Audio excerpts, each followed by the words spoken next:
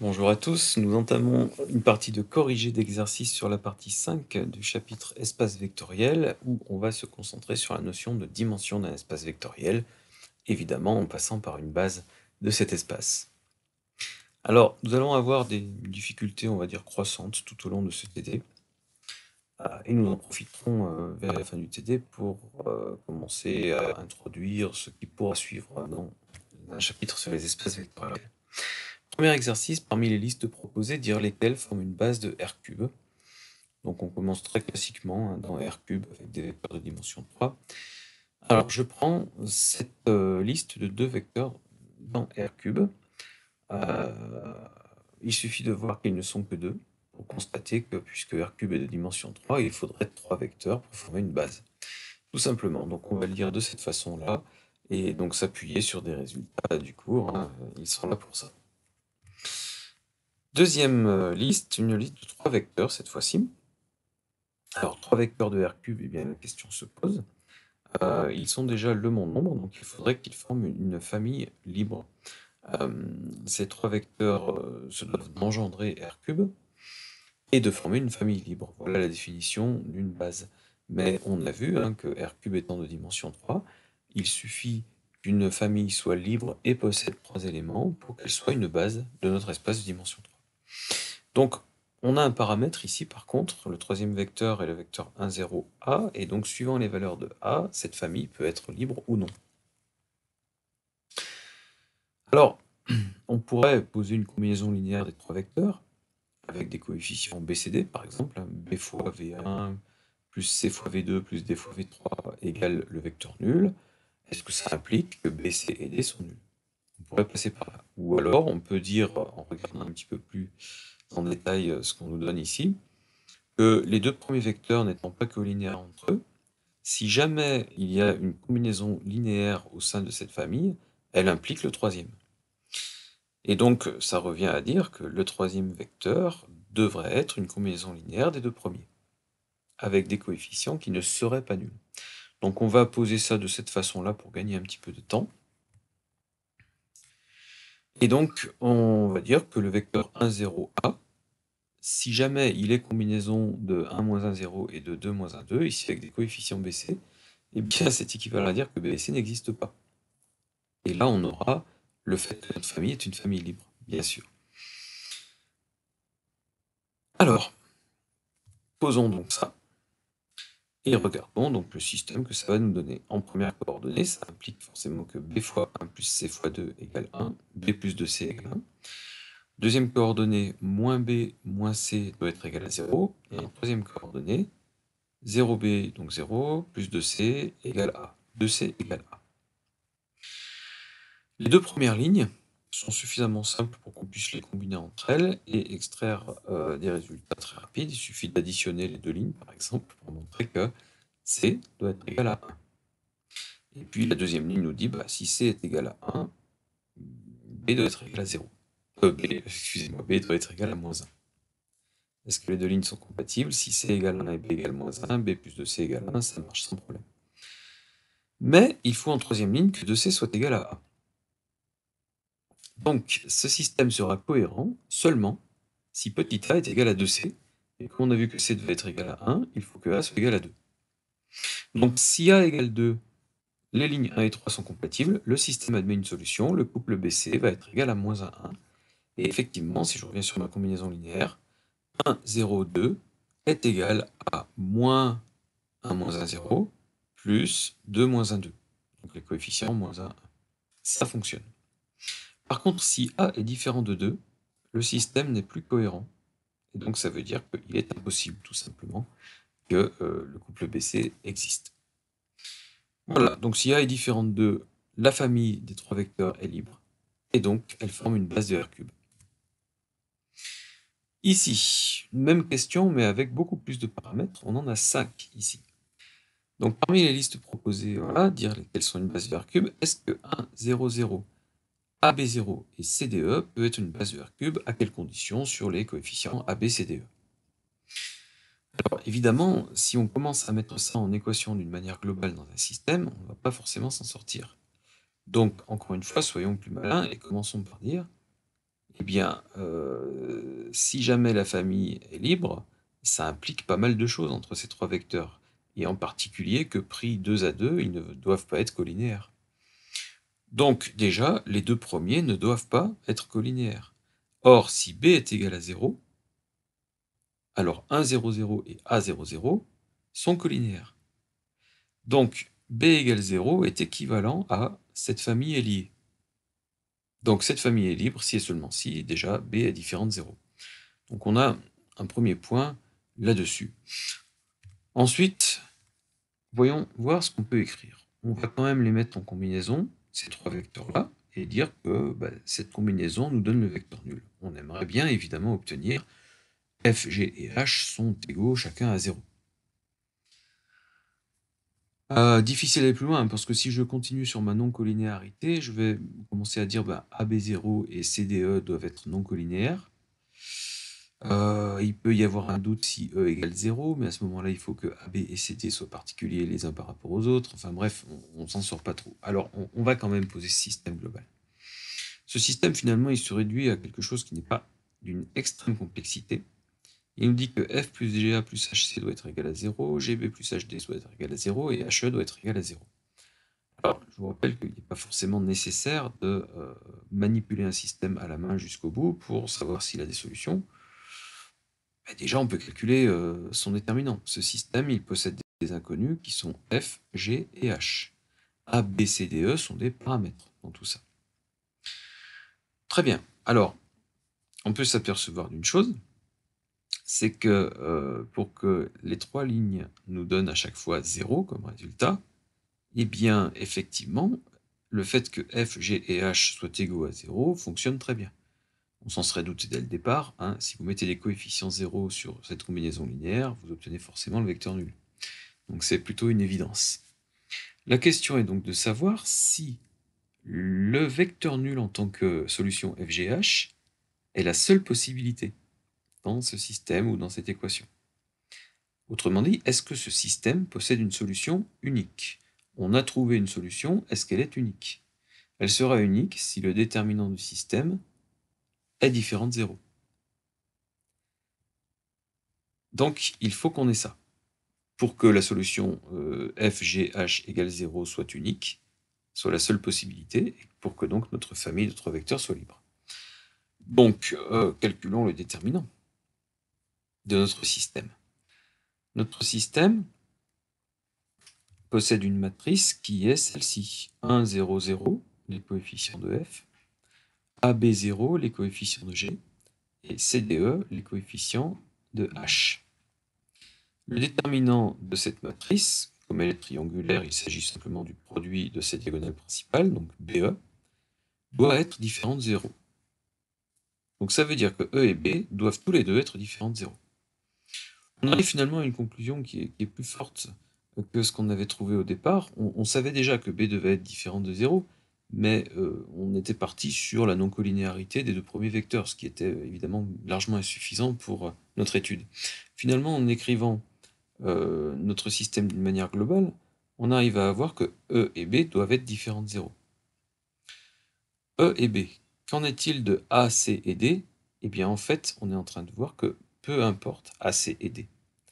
Notre système nous dit, si E et B sont différents de 0, alors le déterminant du système est différent de 0, et donc ce système possède une solution unique. Or, 0, 0, 0 est une solution du système, donc c'est la seule. Alors évidemment, si d'un autre côté, E ou B ou les deux valent 0, le déterminant du système vaut 0, et donc notre système possède soit 0 solution, soit une infinité. Mais puisqu'il en possède au moins une, c'est qu'il en possède une infinité. Et donc, par conséquent, une combinaison linéaire de ces 3 vecteurs pourra donner le vecteur nul sans que f, g et h soient nuls, tous les 3. Donc on a une équivalence en fait. E et B différents de 0 est équivalent à la famille est libre. E ou B égale 0 est équivalent à la famille est liée. C'est aussi simple que ça. Et en fait, les valeurs des coefficients A, C et D n'ont aucune importance ici. Donc voilà ce qu'on vient de voir. Et c'est pour ça que je vous engage, et je le fais dans la plupart des corrigés dans lesquels je peux le faire, je vous engage à poser un système lorsque vous vous posez la question de est-ce que telle famille est libre, est-ce qu'elle est liée, voilà. Posez une combinaison linéaire, aboutissez à un système et regardez ce que vous pouvez faire avec ce système. Alors, question D, est-ce que la famille 1, 1, 3, 3, 4, 5, moins 2, 5, 7, 8, moins 1, 9 peut être une base de R3? La réponse est non, puisqu'une base de R3 se doit de comporter 3 vecteurs. En fait, dans un espace de dimension 3, si vous avez 4 vecteurs, c'est forcément une famille liée. Forcément, il y a un de ces 4 vecteurs qui est combinaison linéaire des autres.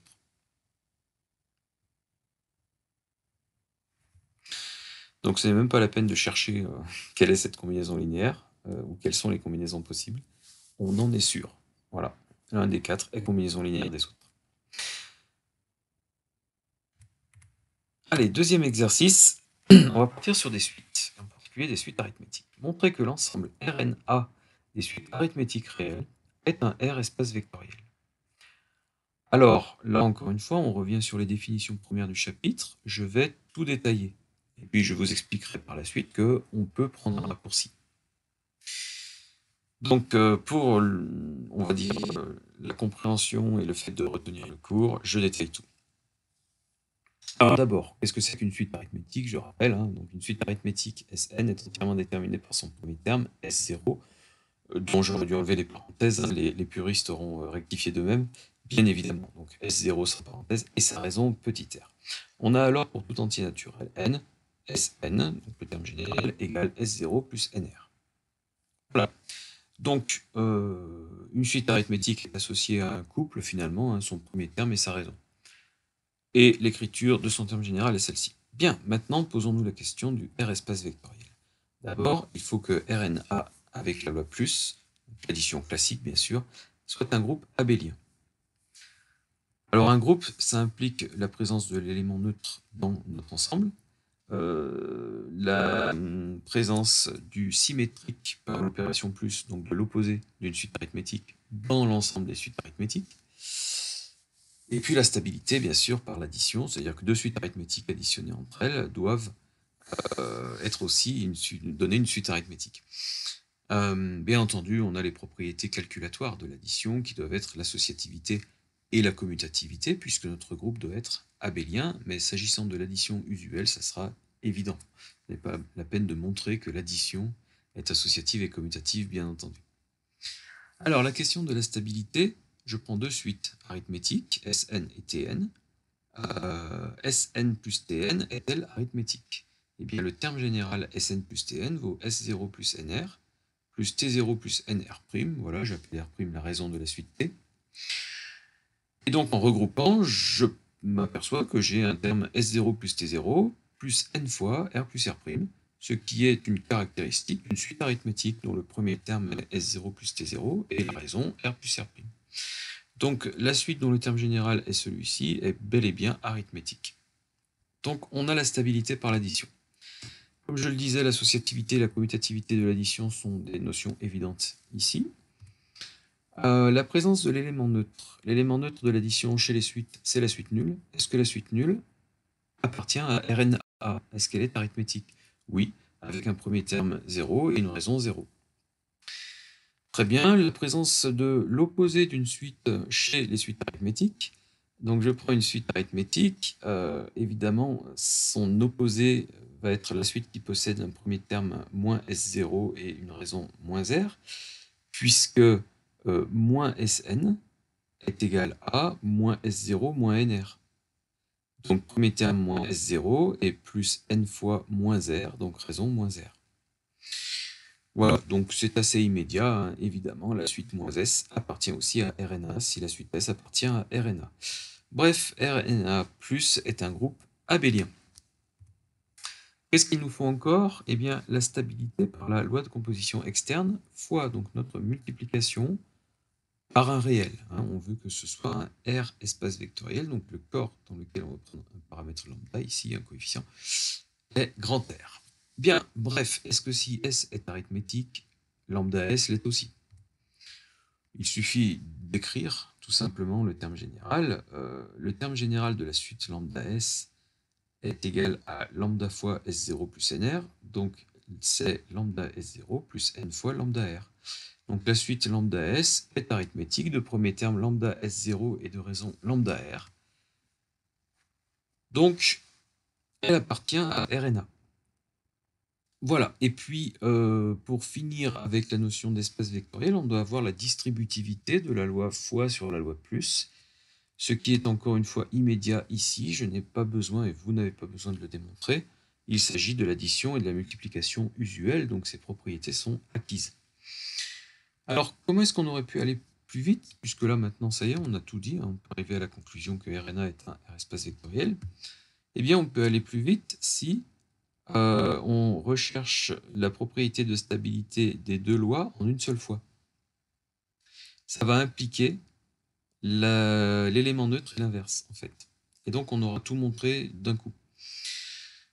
Donc, si vous prenez de suite S et T qui sont arithmétiques, vous pouvez vous poser tout de suite la question de, quel que soit S et T et quel que soit lambda réel, est-ce que lambda S plus T est arithmétique?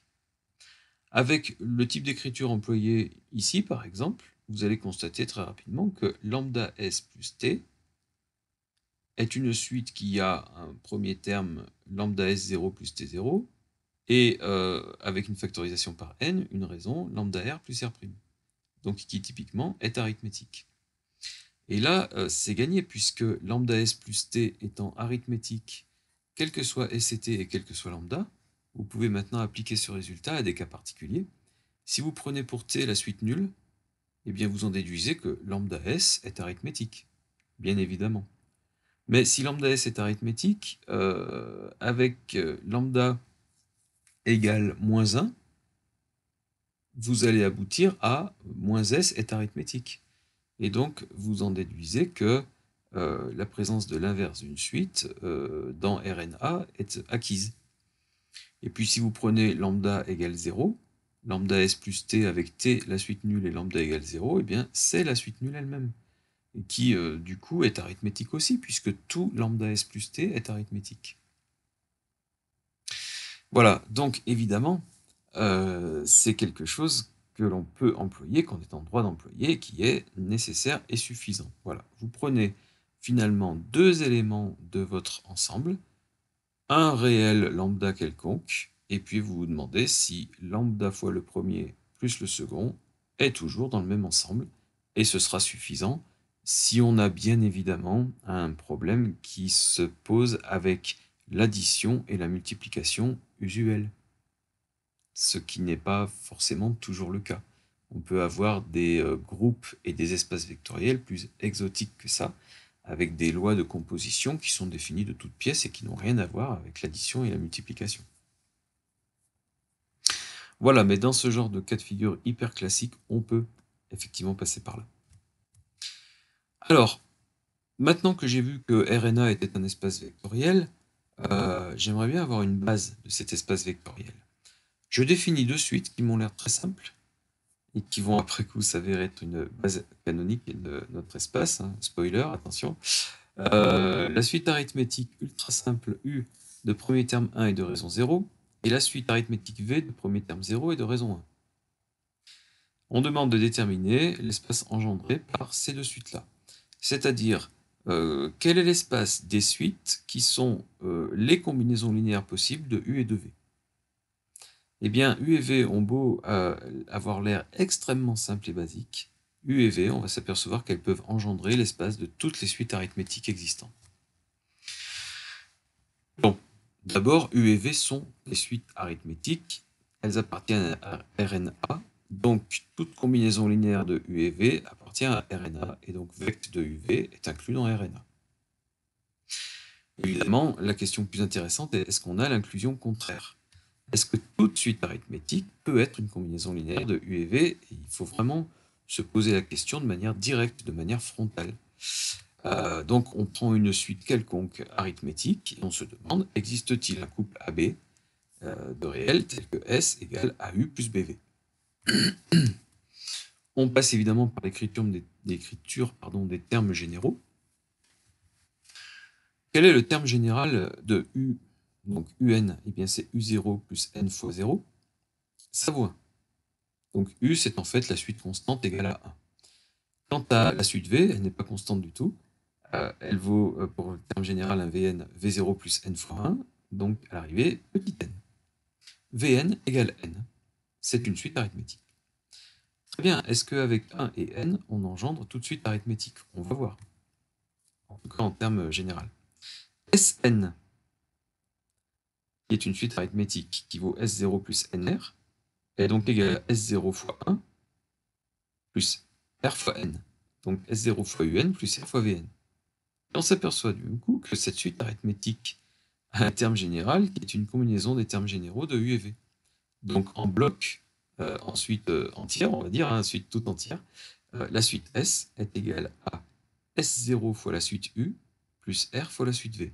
C'est effectivement une combinaison linéaire de U et V avec les coefficients S0 et R propres à la suite S définie dès le départ. Et donc, ça peut paraître surprenant, mais effectivement, ces deux suites extrêmement simples engendrent tout l'espace des suites arithmétiques. Très bien, alors, quelle est la dimension de notre espace? Alors en fait, l'espace des suites arithmétiques pourrait à la rigueur être de dimension 1, et peut-être que si on cite le couple UV pour engendrer notre espace, bah, peut-être que l'un des deux est superflu, et qu'une seule suite suffirait. Alors on se doute que non, quand même, il suffit de regarder U toute seule ou V toute seule pour voir qu'il va être difficile d'engendrer toutes les suites arithmétiques possibles avec seulement l'une des deux. En tout cas, on ne va pas aller chercher plus loin que ça, et on va arrêter avec l'intuition. On se doute évidemment hein, que le couple UV va nous servir de base pour RNA, mais il suffit de montrer que UV est une famille libre. On vient de voir que UV engendre RNA. La deuxième condition pour avoir une base, c'est que UV forme une famille libre. À ce moment-là, par définition, UV sera une base de RNA, et donc la dimension de RNA sera égale à 2. Voilà, donc est-ce que UV est une famille libre? Est-ce qu'une combinaison linéaire de U et V donne la suite nulle implique forcément que les coefficients de la combinaison sont égaux à 0. Et donc, évidemment, je reprends les termes généraux de la suite. Si AU plus BV doit être égal à la suite nulle, c'est que pour tout n, A fois UN plus B fois Vn doit être égal à 0, mais on a vu ce qu'était UN et Vn au-dessus, ça veut dire que A plus B fois N doit être égal à 0 pour tout n. Ça veut dire pour n égale 0. Donc A égale 0. Donc cette égalité revient à Bn égale 0, valable pour tout n, donc pour n égale 1, ce qui nous dit que B égale 0. Voilà, donc on arrive très vite à la conclusion que A et B doivent effectivement être nuls. Donc UV est une famille libre, et comme elle engendre RNA, UV est une base de RNA, qui est donc de dimension 2. Exercice 3. Allez, on donne deux sous-espaces vectoriels de R3. Alors là, on revient sur un exercice qui ressemble fortement à ce qu'on a vu dans le TD précédent, dans le TD4. Je définis un sous-espace de R3 qui est l'ensemble F des vecteurs de R3 tels que x moins y moins 2z égale 0. Alors dans l'exercice du TD précédent, un tel espace avait été de dimension 2. Hein. On avait vu qu'une base de cet espace se constituait de deux vecteurs. Bon, on va voir ici. G, c'est le sous-espace de R3 des vecteurs x, y, z tels que x égale 2y égale x plus z. Et donc là, on a une double égalité sur les trois coefficients x, y, z.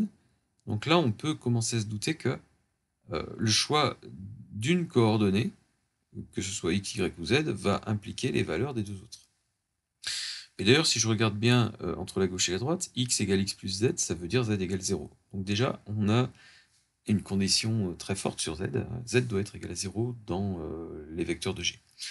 Bon, alors, ça veut peut-être dire que G sera de dimension inférieure à F. Voyons voir. Déterminer la dimension de F puis celle de G. Alors, évidemment, il faut avoir sous les yeux une forme d'un vecteur de F. Les vecteurs de F sont de la forme particulière x, x-2z, z. Alors, effectivement, hein, cette égalité nous dit par exemple que y est égal à x-2z. Et on nous dit rien de plus hein, pour f. Donc ces vecteurs-là sont comme ça. Si vous choisissez la première et la troisième coordonnée, vous obtenez automatiquement la deuxième. Bon, très bien. Donc je me doute que puisque j'ai deux paramètres dans les vecteurs de f, j'aurai peut-être un espace de dimension 2, et donc je vais prendre deux vecteurs appartenant à f, 1, moins 1, 1 et 1, 1, 0, qui vérifient la caractéristique du dessus. Et donc la question est, est-ce que ces deux vecteurs peuvent engendrer f? Alors, cette question est cruciale parce qu'il suffit de regarder ces deux vecteurs pour voir qu'ils forment une famille libre. D'accord? Et si j'ai donc une famille libre qui engendre f, et bien à ce moment-là, je saurai que f est de dimension 2. Voilà, donc c'est la question cruciale, est-ce qu'ils engendrent f? C'est-à-dire, est-ce que n'importe quel vecteur de f peut être décrit comme une combinaison linéaire de ces deux vecteurs-là? Et encore une fois, on va poser un système. Est-ce que pour tout x et z, x moins 2z, z peut être égal à a 1 moins 1, 1 plus b 1, 1, 0? Est-ce que a et b peuvent exister? On pose le système. Ça va impliquer que x égale a plus b, que la deuxième coordonnée égale b moins a, et que la troisième soit égale à a. Or, dans grand F, y est aussi égal à x moins 2z. Donc on va faire les transformations qui s'imposent. Voilà, donc je sais que z égale a, je vais remplacer a par z tout en haut, je vois que b doit être égal à x moins z. Je sais que a égale z, et si je remplace b par x moins z et a par z dans cette deuxième ligne, j'obtiens y égale x moins 2z, ce qui est effectivement conforme à l'ensemble f. Donc si vous voulez, j'ai quelque chose de très cohérent, et si je choisis x et z, eh bien je trouve directement a et b, les coefficients correspondants de ma combinaison linéaire nécessaire à l'écriture de cette décomposition. Très bien, donc le couple AB existe, et d'ailleurs il est unique, une fois que x et z ont été choisis. La deuxième ligne du système est simplement conforme à la définition de f. 1 moins 1, 1 et 1, 1, 0 forment une famille libre qui engendre f, par définition c'en est une base, donc la dimension de f est 2. Les vecteurs x, y, z de G, quant à eux, sont d'une forme très particulière, puisque z égale 0 et x égale 2y. Donc une fois que j'ai choisi x, c'est fini. Ou une fois que j'ai choisi y. Donc ici j'ai décidé de choisir y. À ce moment-là, la première coordonnée vaut 2y, hein, c'est cette égalité, et la troisième vaut 0. Donc les vecteurs de G sont tous les vecteurs de cette forme. Et bien évidemment, tous les vecteurs de cette forme sont les vecteurs collinaires à 2, 1, 0. Donc là c'est fini, j'ai pas besoin de savoir si j'ai une famille génératrice, libre, etc. Je n'ai qu'un seul élément. Voilà, l'ensemble des vecteurs qui sont collinaires à un vecteur donné est un espace de dimension 1, point final. Et le vecteur cité en exemple en est une base. Alors, maintenant, on va s'intéresser à l'intersection. Donc, f est un sous-espace de R³ de dimension 2.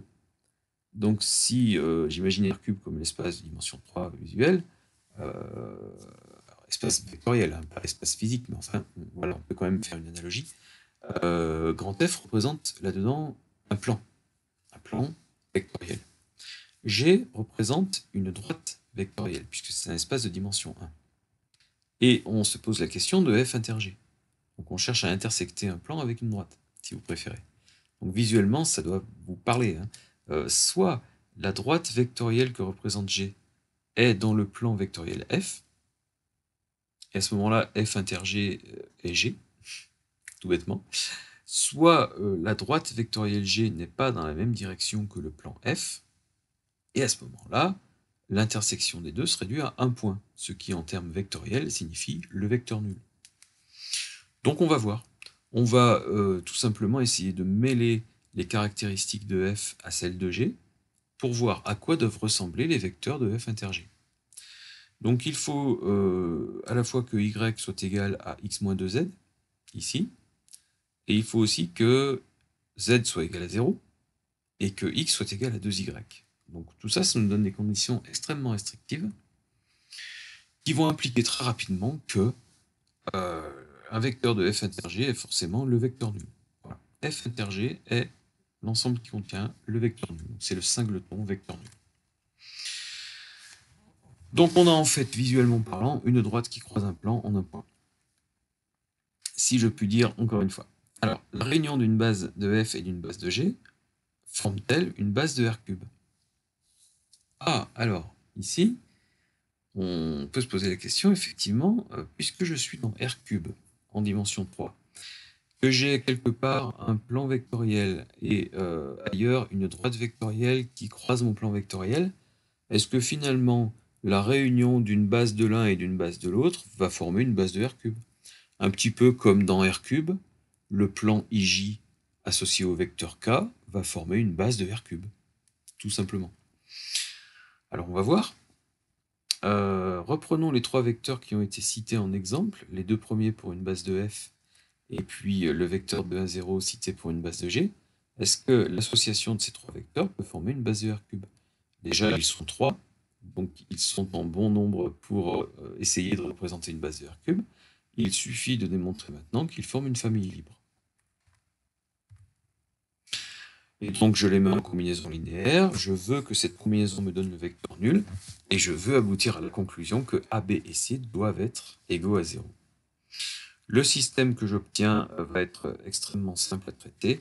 Je m'aperçois tout de suite en troisième coordonnée que A doit être égal à 0, et que donc B plus 2C doit être égal à 0, et B plus C aussi, ce qui va très vite impliquer que B et C doivent être nuls également. Voilà, donc effectivement, ces trois vecteurs forment une famille libre, et donc dans un espace de dimension 3, ils forment une base de cet espace. On n'ira pas plus loin là-dessus, mais on pourra se poser des questions ultérieures, et on verra ça dans l'exercice 5 en particulier. Alors, changeons de sujet pour l'instant, je prends des polynômes cette fois-ci. On se place dans R2 de x, espace vectoriel des polynômes de degré inférieur ou égal à 2, et on donne ici 4 polynômes. P0 de x, P1 de x, P2 de x, P3 de x. Ils ont des formes qui se ressemblent quand même, hein, tous les uns les autres. Et on demande d'abord de montrer que P0 est une combinaison linéaire de P2 et P3. Alors, il suffirait de développer P2 et P3 pour s'apercevoir qu'en les combinant tous les deux, on peut arriver à quelque chose qui ressemble à B0, P0 effectivement, et là je vais tout de suite montrer la solution. Donc la forme développée de P2 de x et de P3 de x sont ces formes-là. La somme des deux donne 2P0, donc on s'en aperçoit très rapidement. Donc effectivement, P0 est combinaison linéaire de P2 et P3. Bon, très bien. Maintenant, montrer que la famille P1, P2, P3 est libre. Pourquoi pas. X-1, x plus 1, x-2, x plus 1, x-1, x plus 2. C'est manifestement une famille libre. On va voir. On les met en combinaison linéaire et on veut que ce soit égal au polynôme nul. Conclusion, est-ce que les coefficients ABC sont nuls? Donc évidemment, j'écris tout ça. Je développe le membre de gauche et j'identifie les coefficients de x carré, de x et le terme constant. À ce moment-là, j'obtiens un système qui me dit a plus b plus c doit être égal à 0, c moins b aussi, et a moins 2b moins 2c devrait être égal à 0. Une petite combinaison des lignes 3 et 1 me montre que a plus 4b doit être égal à 0, et comme a plus 2b doit être, a plus 4b doit être égal à 0, oui, voilà, dans le détail, donc j'ai d'abord remplacé c par b, puisque la deuxième ligne me dit que c égale b, au-dessus et en dessous, voilà. Et maintenant, avec ma ligne 1 et ma ligne 3, en faisant une combinaison linéaire des deux, j'obtiens directement b égale 0. Comme b égale 0 et que c égale b, eh bien c égale 0, et comme a plus 2b égale 0, a égale 0 à son tour. Donc j'obtiens effectivement rapidement a égale 0, b égale 0, c égale 0. Encore une fois, je peux passer de la résolution de ce système en constatant tout de suite que, effectivement, ABC égale 0, 0, 0 est une solution de ce système. C'est directement visible dès cette écriture, évidemment. Le triplet 0, 0, 0 est toujours une solution de ce type d'équation. La question est, est-ce que c'est le seul? Est-ce que mon système a une solution unique? Et donc, je peux montrer que le déterminant de mon système est non nul. Si c'est le cas, il a une solution unique, et comme le vecteur nul est solution, eh bien c'est la seule. Voilà, donc on aurait pu le constater de cette façon-là. En tout cas, la famille P1, P2, P3 est libre. Alors attention, ça ne veut pas dire que c'est une base de R2 de X, parce que on ne sait pas si R2 de X est de dimension 3. D'accord? Mais par contre, puisque P1, P2, P3 sont des polynômes de second degré, on pourrait se demander si P1, P2, P3 engendre exactement R2 de X. Et à ce moment-là, oui, ça serait une base. Alors, on va passer par autre chose avec un petit peu de connaissance. Rappeler la base canonique de R2 de X. Et donc en déduire que P1, P2, P3 est une base de R2 de X. Alors, on se demande où on veut en venir, mais encore une fois, on est toujours sur les mêmes résultats du cours. Un résultat en particulier qui est extrêmement important, qui nous dit « Toute base d'un espace vectoriel possède le même nombre d'éléments que les autres bases ». Mais quelle est la base canonique de R2 de X, espace des polynômes de degré inférieur ou égal à 2? Eh bien, c'est la base 1, x, x carré. Le polynôme unité, le polynôme identité et le polynôme carré. Donc, cette base possède 3 éléments, donc R2 de X est de dimension 3, et donc P1, P2, P3, qui est une famille libre de 3 vecteurs de R2 de X, est forcément une base de R2 de X.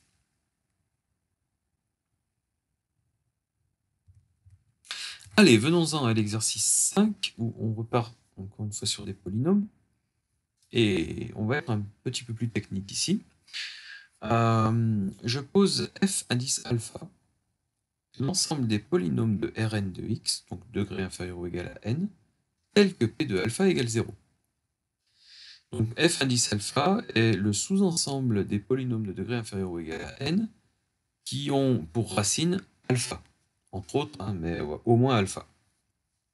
Évidemment, ce n'est pas le cas du tout de tous les polynômes de Rn de x, mais seulement de certains.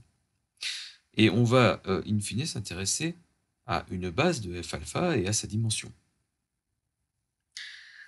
Alors, montrer, on nous la donne toute faite, hein, heureusement, montrer que B, qui est l'ensemble des polynômes pouvant s'écrire x moins alpha facteur de x puissance k pour k compris entre 0 et n-1, est une base de f indice alpha. Et donc, quelle est sa dimension? Alors, x moins alpha, x puissance k, eh bien, voyons voir. D'abord, est-ce que cette famille de polynômes peut engendrer tous les polynômes de f indice alpha? Prenons un polynôme de f indice alpha. C'est un polynôme dont une racine est alpha. Donc il peut se factoriser par x moins alpha. Donc un tel polynôme peut s'écrire x moins alpha facteur de q de x, où q de x est un polynôme de degré maximal n-1. Alors là, on commence à y voir un petit peu plus clair, puisqu'on commence à avoir une forme qui ressemble à ce qu'on nous donne dans la famille B, des polynômes de type x moins alpha x puissance k pour toute puissance k.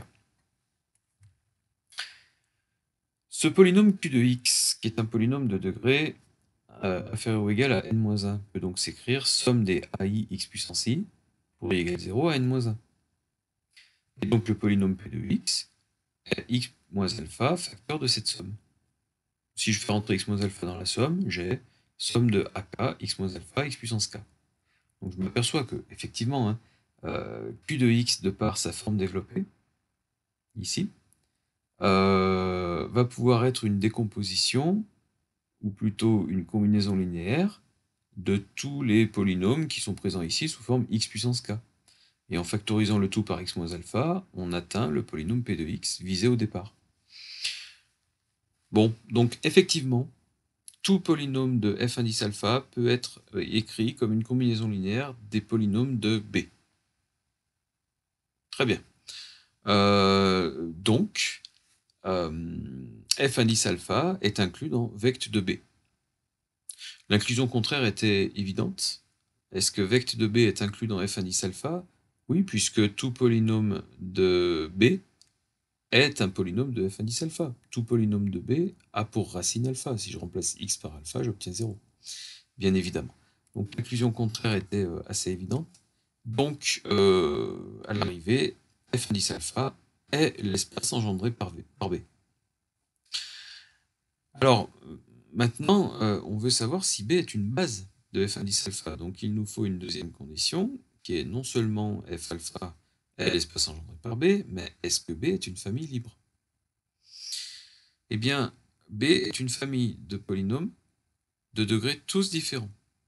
Un polynôme de degré 1, un polynôme de degré 2, etc., jusqu'à un polynôme de degré n.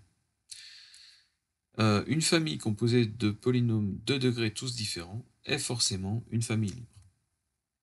Voilà, donc je ne vais pas le justifier, mais on pourrait par exemple se poser la question de est-ce que x puissance 2 est proportionnel à x puissance 4 par exemple? Est-ce qu'il existe un coefficient k tel que pour tout x au carré égale k x puissance 4? La réponse est évidemment non. D'accord? Et pour ce même genre de raison, une famille de polynômes de degrés tous différents est une famille libre.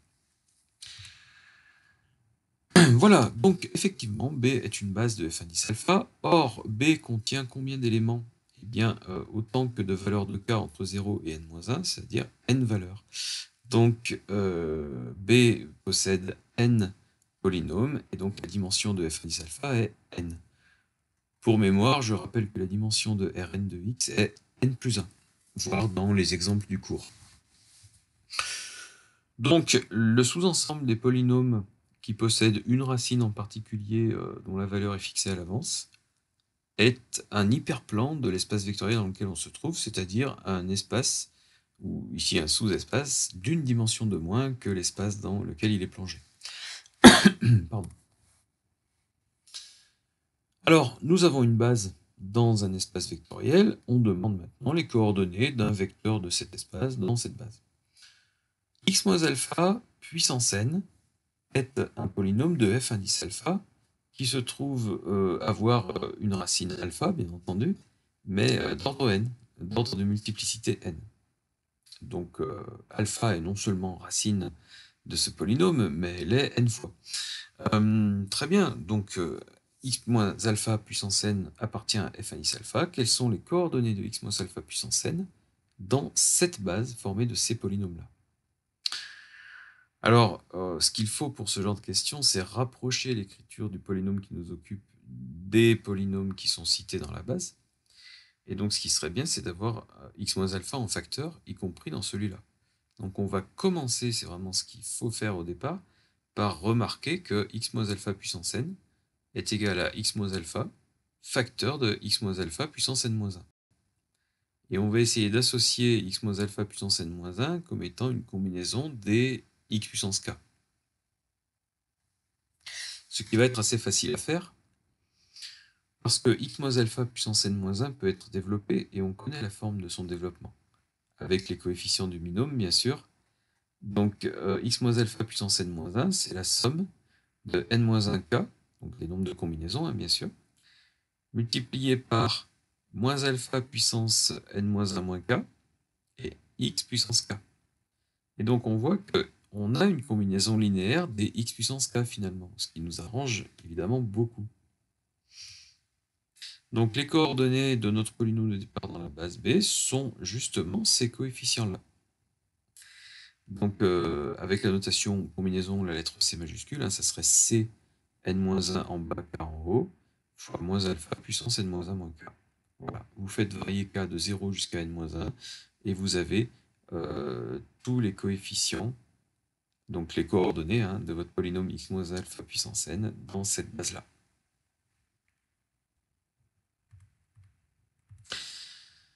Dans l'exercice 6, on va s'intéresser à des propriétés de la dimension d'un espace relativement à des dimensions de ses sous-espaces. Alors, ces sous-espaces, c'est vite dit, hein, il y en a une infinité, mais des sous-espaces qui peuvent être cités. Prenons Mn de R, ensemble des matrices carrées de dimension n, plutôt de n ligne n colonne, donc de dimension nn. On nomme à l'intérieur de Mn de R, Tn plus de R le sous-espace des matrices triangulaires supérieures, et Tn moins de R les matrices triangulaires inférieures.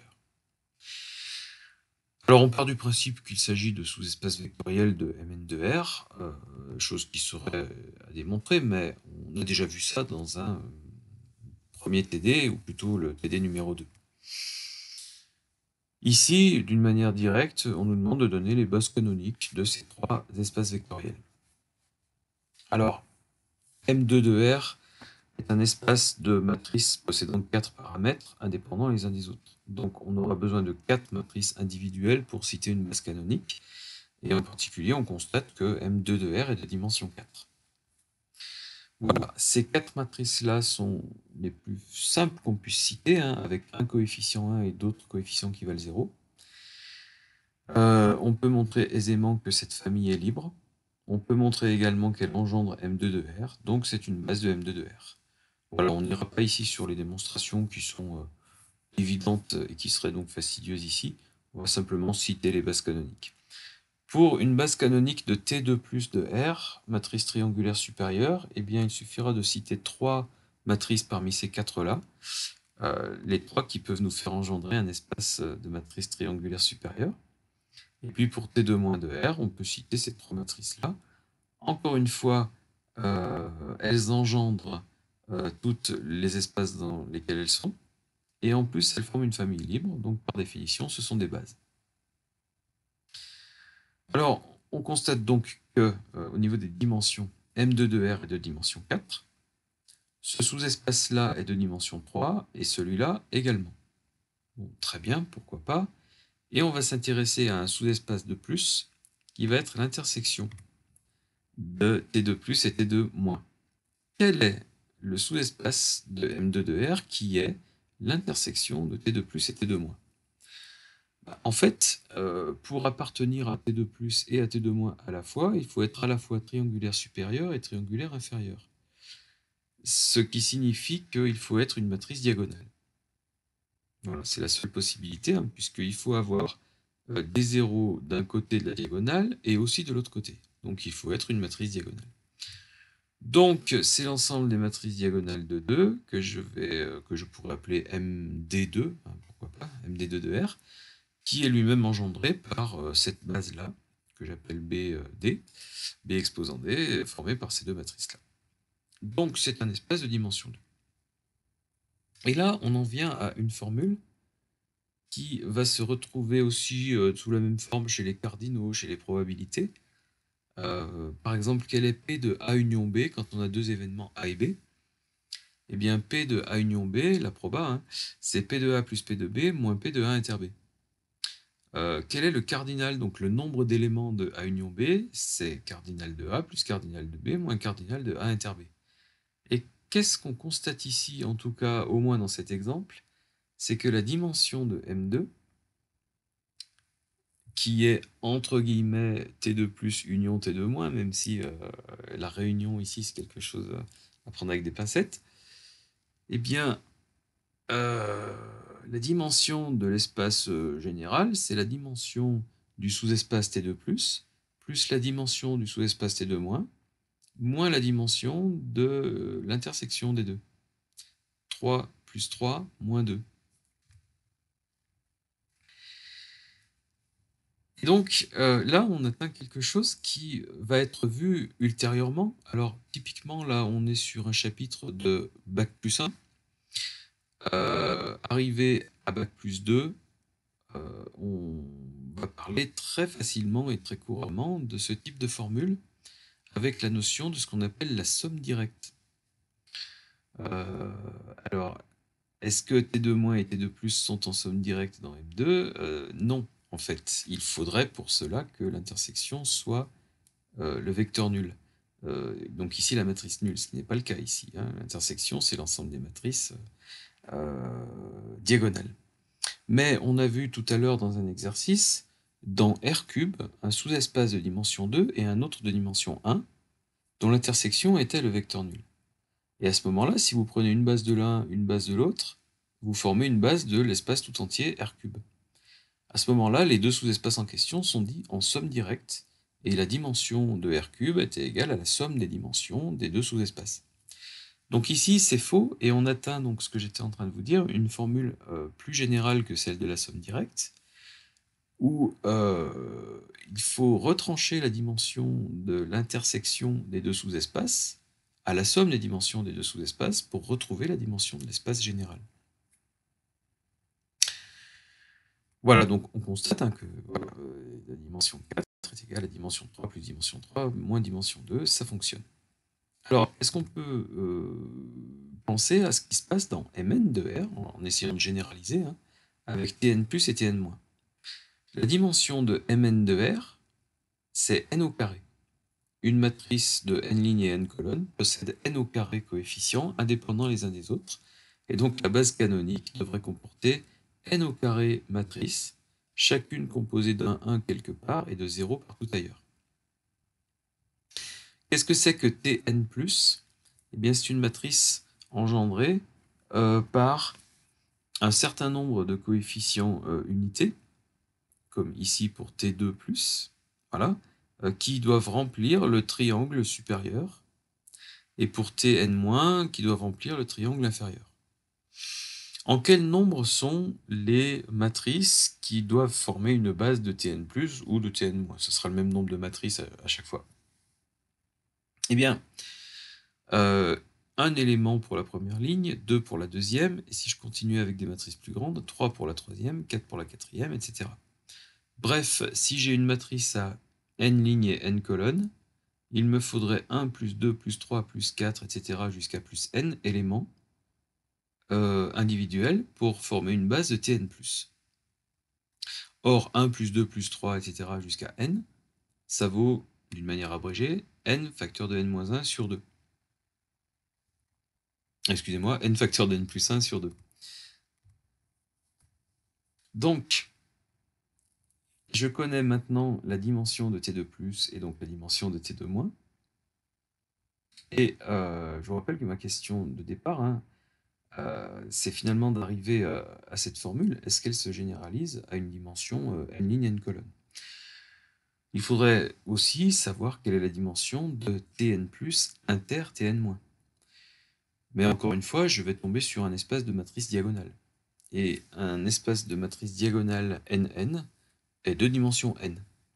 D'accord? Donc il faudrait n matrices diagonales unitaires, on va dire, hein, pour former notre base canonique. Et donc ma question est, est-ce que nn plus 1 sur 2 plus nn plus 1 sur 2 moins n est égal à n carré? Pour revenir sur la formule de la question 1c. Et en fait, oui, bien entendu. Si je fais ce calcul, en développant et en simplifiant, je m'aperçois très rapidement que j'ai n carré. Donc la formule fonctionne pour des matrices carrées de dimension n. Voilà, mais évidemment, c'est le genre de formule qui pourra se généraliser à des espaces vectoriels. Alors, le tout, évidemment, hein, c'est que, encore une fois, la réunion des sous-espaces qui nous occupent comble bien, on va dire, l'espace complet. Hein, et donc, quand je parle de réunion, je parle plutôt de somme d'espaces vectoriels avec un terme de somme qui n'a pas encore été défini en cours. Donc là, c'est simplement pour faire un petit pont sur ce qui peut nous attendre dans la suite de l'étude des espaces vectoriels. Voilà, donc j'avais parlé dans le TD précédent de la notion de rang d'une matrice dont on n'avait pas encore parlé chez les matrices. On s'aperçoit que chez les espaces vectoriels, on se sert souvent de matrices. Hein, on s'en est aperçu lorsqu'on a des systèmes à poser pour savoir si une famille est libre. Donc voilà, le rang est quelque chose qui va intervenir. On commence maintenant à se dire, ah bah tiens, on peut envisager des sous-espaces, de voir les intersections de sous-espaces et de se poser des questions sur les dimensions des espaces et des sous-espaces dans lesquels on travaille, et de voir qu'il existe peut-être des formules sur les dimensions. Donc voilà, là aussi, hein, on va être sur des notions de somme directe. Est-ce que deux sous-espaces sont en somme directe dans un espace? Enfin voilà, c'est des choses qui vont venir par la suite et qui sont donc typiquement, au moins en IUT en tout cas, typiquement abordées en deuxième année, lorsqu'on fait de l'algèbre. Voilà, merci d'avoir suivi cette dernière vidéo de correction d'exercice. Bien entendu, des vidéos suivront sur ces espaces vectoriels, mais pas tout de suite, parce que j'ai d'autres impératifs sur d'autres chapitres, en particulier en statistiques et lois de probabilité. Donc je vais déjà fortement me concentrer là-dessus, et puis je reviendrai sur les espaces vectoriels, sur les vecteurs, sur les matrices, sur les équations différentielles plus compliquées que celles qui ont été vues pour les équations linéaires, bien sûr, hein, donc on parlera d'équations non linéaires, des systèmes différentiels aussi, bref, évidemment, on va faire des développements sur pas mal de choses dans la suite. Mais pour l'instant, et pour, on va dire, le mois et demi qui vient, on va se concentrer sur des lois de probabilité, des statistiques inférentielles, et puis également, on reviendra sur des statistiques simples à une variable pour reprendre les bases. Merci d'avoir suivi cette vidéo. À très bientôt pour une prochaine.